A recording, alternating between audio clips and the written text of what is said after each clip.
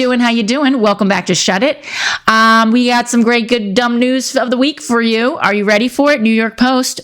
What is Aldi's aisle of shame? Fans rave about bizarre bargains, unusual treasures. Aldi shoppers are finding themselves caught in the middle aisles of the German discount supermarket chain that's become known as the Aisle of Shame for its bevy of low-priced, limited-time novelties. All right, I'm just going to say it right now. I freaking love Aldi for just that. And let's read this article. I swear by Aldi. I know it's not as upscale as like the other, but I go for specific things, and I'll talk about that later. But in the meantime, the kooky collection is usually replenished every Wednesday, drawing fanatics who post their treasures to the Aldi Aisle of Shame community on Facebook, which boasts 2.7 million members. Don't forget to like and subscribe, you guys. I'm going to join this group. Actually, I didn't even know. Hold on. Let's just try to join this group. I can't believe they have a group on Facebook. I just joined.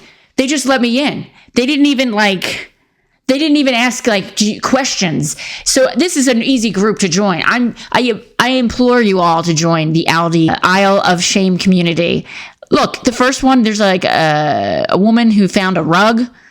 Another woman who has like a cream cheese wontons. And here's a lady who found a pair of sneakers. Really cool. Aldi sneakers. I want them. Oh my God. Look, they have Aldi slippers. This is the best. All right. This is my secret weapon. And I'm going to tell you guys, but you can't tell anybody. But I do a lot of gifting from Aldi. It's like partially doing my grocery shopping and partially I'm in a thrift shop. Because you don't know what you're going to find. You go in with openness. You go, oh, wow, I'm just going to be open about it. And then you see, this is amazing cashmere sweater for like $40. Oh my God, my friend's birthday's coming up. She's going to love this sweater.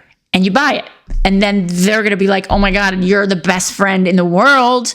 You got me a cashmere sweater for my birthday? Thank you. And then you say, you're welcome. And you shut it.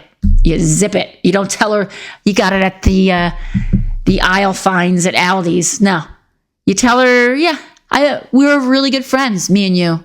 And I have high quality, you're a high quality friend, and I'm going to give you a high quality gift. I'm going to give you a cashmere sweater from Aldi. No, you're not going to say that. You're going to say, I'm going to give you a cashmere sweater that was handmade at a store I bought on Etsy. And it's from a free-range llama in Nepal. And here's the woman who wove, and you just get a picture off the internet. Now you're getting into lying. I wouldn't suggest doing that. Don't get a picture of an old woman. I don't even think cashmere comes from llamas. It's from sheep. A sheep herder in Peru, herding sheep. And here's the lady. And then you're getting deep into the lie. So what if the next week she goes to Aldi's and she's shopping and she's like, oh, here's the shame aisle. Oh my God, there's the sweater my friend got me for my birthday and lied and told me it was made from an old woman in Peru, but it was actually $39.99 from Aldi's down the street. I don't trust that bitch. I don't trust her at all. You could lose friendships over this. I'd be very careful. I don't know how it's gotten this far. I don't know where we went from, oh my God, cheap, and then I'm joining on the Facebook group to maybe you're going to break some friendships if you buy presents from Aldi. So there you go. Let's read on. Aldi officially calls it odds and ends row. The Aldi finds aisle, describing it to the CNN last week as a rotating assortment of specialty items available for a very limited time. Okay, this sounds like an ad for Aldi. I'm going to just say it. I think Aldi paid for this ad. I'm okay with that. I'm just going to say it because sometimes they, not all the time, you have to just check every once in a while, but sometimes they have in their middle aisle. In Europe, it's not the middle aisle. It's on the far end aisle. Actually, it depends on which Aldi. There are many Aldis. But I didn't know they were a German store. I don't know why I thought they were Spanish. But They sell, like the other day I was in there, they sold a bed frame, like a real bed frame. The kooky collection is usually replenished every Wednesday. I did not know that. Thank you. Drawing fanatics who post their treasures to the Aldi Isle of Shame community on Facebook. This satin gift set, this might be my favorite find for today, Florida mom Emily Hilton posted on TikTok last Wednesday. She took her 5,600 followers on a spin through the middle aisle. Oh, she went live. Okay. It comes with 2 pillowcases, an eye mask, a scrunchie, and a headband. She continued, I grabbed a bunch of these for every friend's birthday. I will already have a gift in hand. It's an adventure. It is like an adventure. You do not know. You're going to pick up some toilet paper and some carrots, and you need to get canned tomato sauce. And then you go in that aisle. You're like, oh my God, I just walked out with like a porch swing. Aldi opened its first U.S. location in 1976 in Iowa. Now it operates more. This is definitely an ad. Operates more than 2,000 stores nationwide. Blah, blah, blah, blah, blah. Oklahoma mom Catlin Pratt says that in the South, it's called the Isle of Shit. Okay. I don't know about that. Maybe the one in Oklahoma is a piece of shit, but not in my local Aldi. It is not the Isle of Shit. It is the Isle of Joy, Joy. It is the aisle of, oh my God, I can't believe I found that. So she goes, because on unnecessary things, I probably spend like $150 at Aldi every time I go there, Pratt told you. Well, that's your problem. That's your lack of self-control. And I think you need to look into that. I don't think you have to call it a piece of shit aisle. I think you're kind of a piece of shit that you have no restraint. Maybe that's the problem. Maybe it's not Aldi. You don't have to buy everything just because it's cheap. I get so much shit for $150, half of which are not groceries. Well, maybe you should, you don't have to buy everything. And this is true. She says you can't really go to the Aldi finds aisle looking for something specific. You let the Aldi finds aisle tell you what you need, and that is bingo. But if it's your best friend, and she shops at Aldi, and you get her a cashmere sweater from Aldi, better not say anything. Just don't say anything at all. Let's read the comments, shall we? Do you guys shop there? If you shop there, let me know. Put a comment below. Caroline Rayborn says, I love Aldi's. I would eat out of a dumpster before I purchased food at Aldi's. That's first undefined says. All right, that's a bit strong. Here for the comments says, well, that's a lie. And then Kitty says, I shop at Aldi's a lot, mostly for their produce. I hardly ever go down their trinket aisle. Okay, trinket aisle? I don't know. I don't think it's a trinket aisle. I don't think a cashmere sweater is a trinket. All right, Kitty? Apple Knuckle says, I'll never, ever shop here. Applied for a position multiple times, and the recruiters are horrible. Not equal opportunity whatsoever. 2 college degrees, continued unemployment, and not qualified to be a cashier there? Yeah. Okay. Oh, that's horrible. KM says, I always get diarrhea shopping at Trader Joe's Aldi's. Here for the comments, posted again.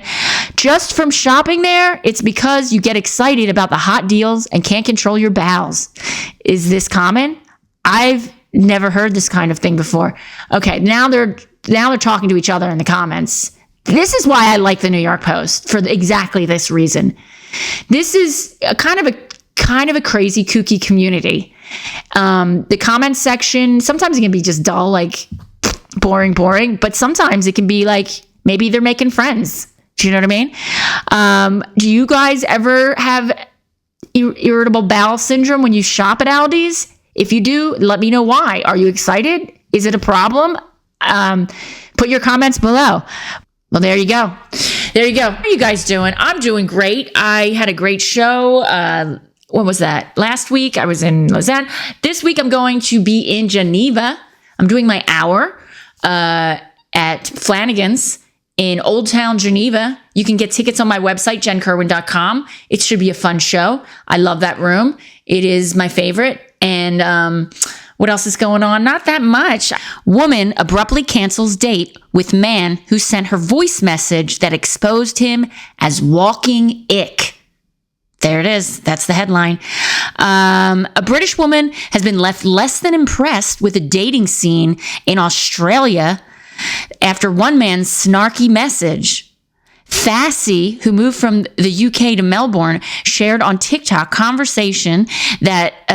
a TikTok conversation that she had with a man as the pair were planning their first date, which included the offending voice note. Okay, there she is, cutie pie. So you let me know, where do you want to go, what you want to do. I'm all ears, the man began the message before it took a turn.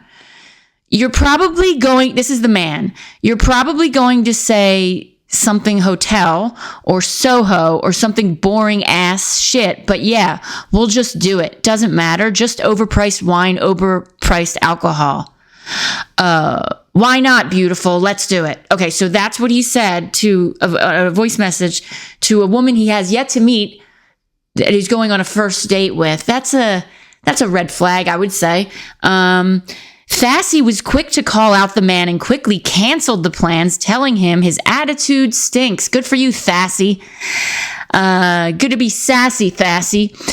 I don't need them vibes on Saturday night, she told him. He quickly claimed he agreed, and the pair's conversation ended. But Fassie was left questioning if the exchange was an example of what all men were like in Australia when it came to dating. And the comment section didn't give her a lot of hope. Okay, so here, I'm going to post it. Here's what they exchanged. Let's leave it. Your attitude seems to stink. I don't need them vibes on a Saturday night. Yep, I was feeling the same. Layers. Don't know what that means. Point of view dating on Australia. Okay. Fassie also added that British men were saints in comparison to the behavior she experienced from this man who, despite asking her on a date, seemed to hate the idea of actually putting in any effort to make it an enjoyable experience. It's giving me private school wanker, one social media user commented. Private school wanker. Okay, that's a thing. Another said, so many Aussie girls are just dating foreigners now. Aussie boys are walking icks. Okay. Acting like his time is so precious, another said. Okay. One promised that not all Australian men were like this, adding that he had been on a handful of dates recently and always suggested beach bars. All right. Okay. That's pretty much the article. I don't know. What if somebody, I don't know. It's been a long time. These dating apps, I think it's hard. I feel sorry for those single people, young single people today, because I think that the standards are so high. The expectations are so high with social media, all these filters, all these apps, all this stuff. It's gotten to a point where it's all smoke and mirrors, you know? You can't really cut through the layers of like what's BS and what's not.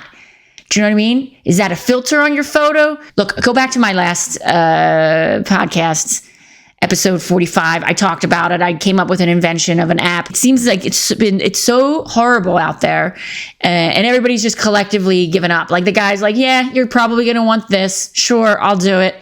But he's already he's fed up because he's been doing this, and she's fed up because he didn't put any effort into it. But the real reason we're here is for the comments. Let's see what the comments say in the New York Post, shall we? That's why we're here. Ra Kwa says the art of communication has been lost on many, including the author of this story and all participants. It was a pretty flat article and very short. I think it was just filler. It's the New York Post. You know, you're having high expectations about the New York Post. That's your flaw there, Rock Q. Coach Smith says, I drink beer daily. and her gut sticks out further than mine. Oh my God, that's horrible. Anyway, it doesn't matter what she looks like. This guy's an asshole. Sean Phillips says, who knows that cows could be so picky? All right, pretty brutal.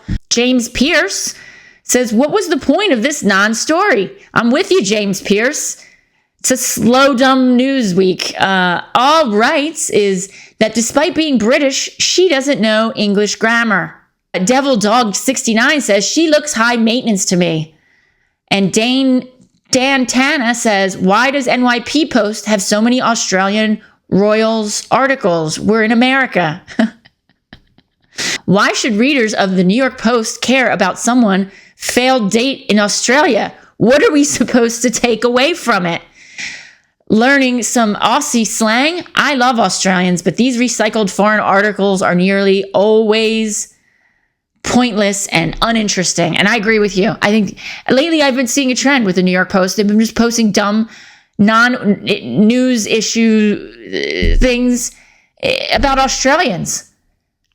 We have a lot of dumb news articles about Americans. I don't know. I'm a little bit fed up with you, New York Post. I'm going to say it. You know, you keep posting these dumb news articles about Australians. We invented dumb news. We are number one at it, okay? Start posting what Becky did in New Jersey, in Orange County, New Jersey. Put some news of the week about somebody in Miami. Florida is full of them. But no, you keep going to Australia. What's going on, New York Post? What's happening? Oh, I know why. I wonder why. I wonder who the New York Post is owned by. Let me guess. Let me guess. I think you know. I just figured it out. We're not so dumb. And John Bonham says, if TikTok is banned, NYP will shut down due to lack of news content. They keep saying, oh, the New York Post. That's why. I was like, the NYP. I was thinking the New York Police. The New York Post. This is true. What happens if TikTok is banned? Do you think the New York Post will have any articles to write about? Because that's all they write about. It's most of their dumb news of the week. It's not dumb. That's not what they call it. They call it lifestyles section. It's always about Australians, and it's about dating or about like cheating. Pretty much down the line every week. Jeff Lab says, here, piggy, piggy. All right, Jeff. Mr. Smith says, can't blame him for wanting to yada yada the date. Probably dress classier. A lot of opinions about this poor woman. St. George says maybe that was his way of having second thoughts and getting out of it. He seemed to agree awfully quick. I mean, look at her, all filtered in, fake from head to toe. I wonder if all these people who are commenting on the New York Post article, I wonder what their dating lives are like. I'm sure it's so exotic and exciting that they're spending their Sunday nights commenting on this poor woman's horrible first date. Chev Shalo says, hair and tight dress. Yeah, a cheap date was in order. Wow, they're all ganging up on her. Okay, Jeff Cat says, regardless, it says he messed up. She is gorgeous. Most men are clueless. Good for you, Jeff Cat. I like you, Jeff Cat. You're a good egg. And DC, let's end with DC Undefined. DC Undefined always comments and all DC says one word, disgusting. So DC is disgusted. I'm a little bit disgusted too, DC. I'm disgusted about these comments. I don't think she's bad looking at all. What's wrong with these people? They're terrible. I think maybe you guys need to get your eyes checked, is what I think. And get some perspective, because you're all doing comments on the New York Post about this gorgeous woman, and get a life.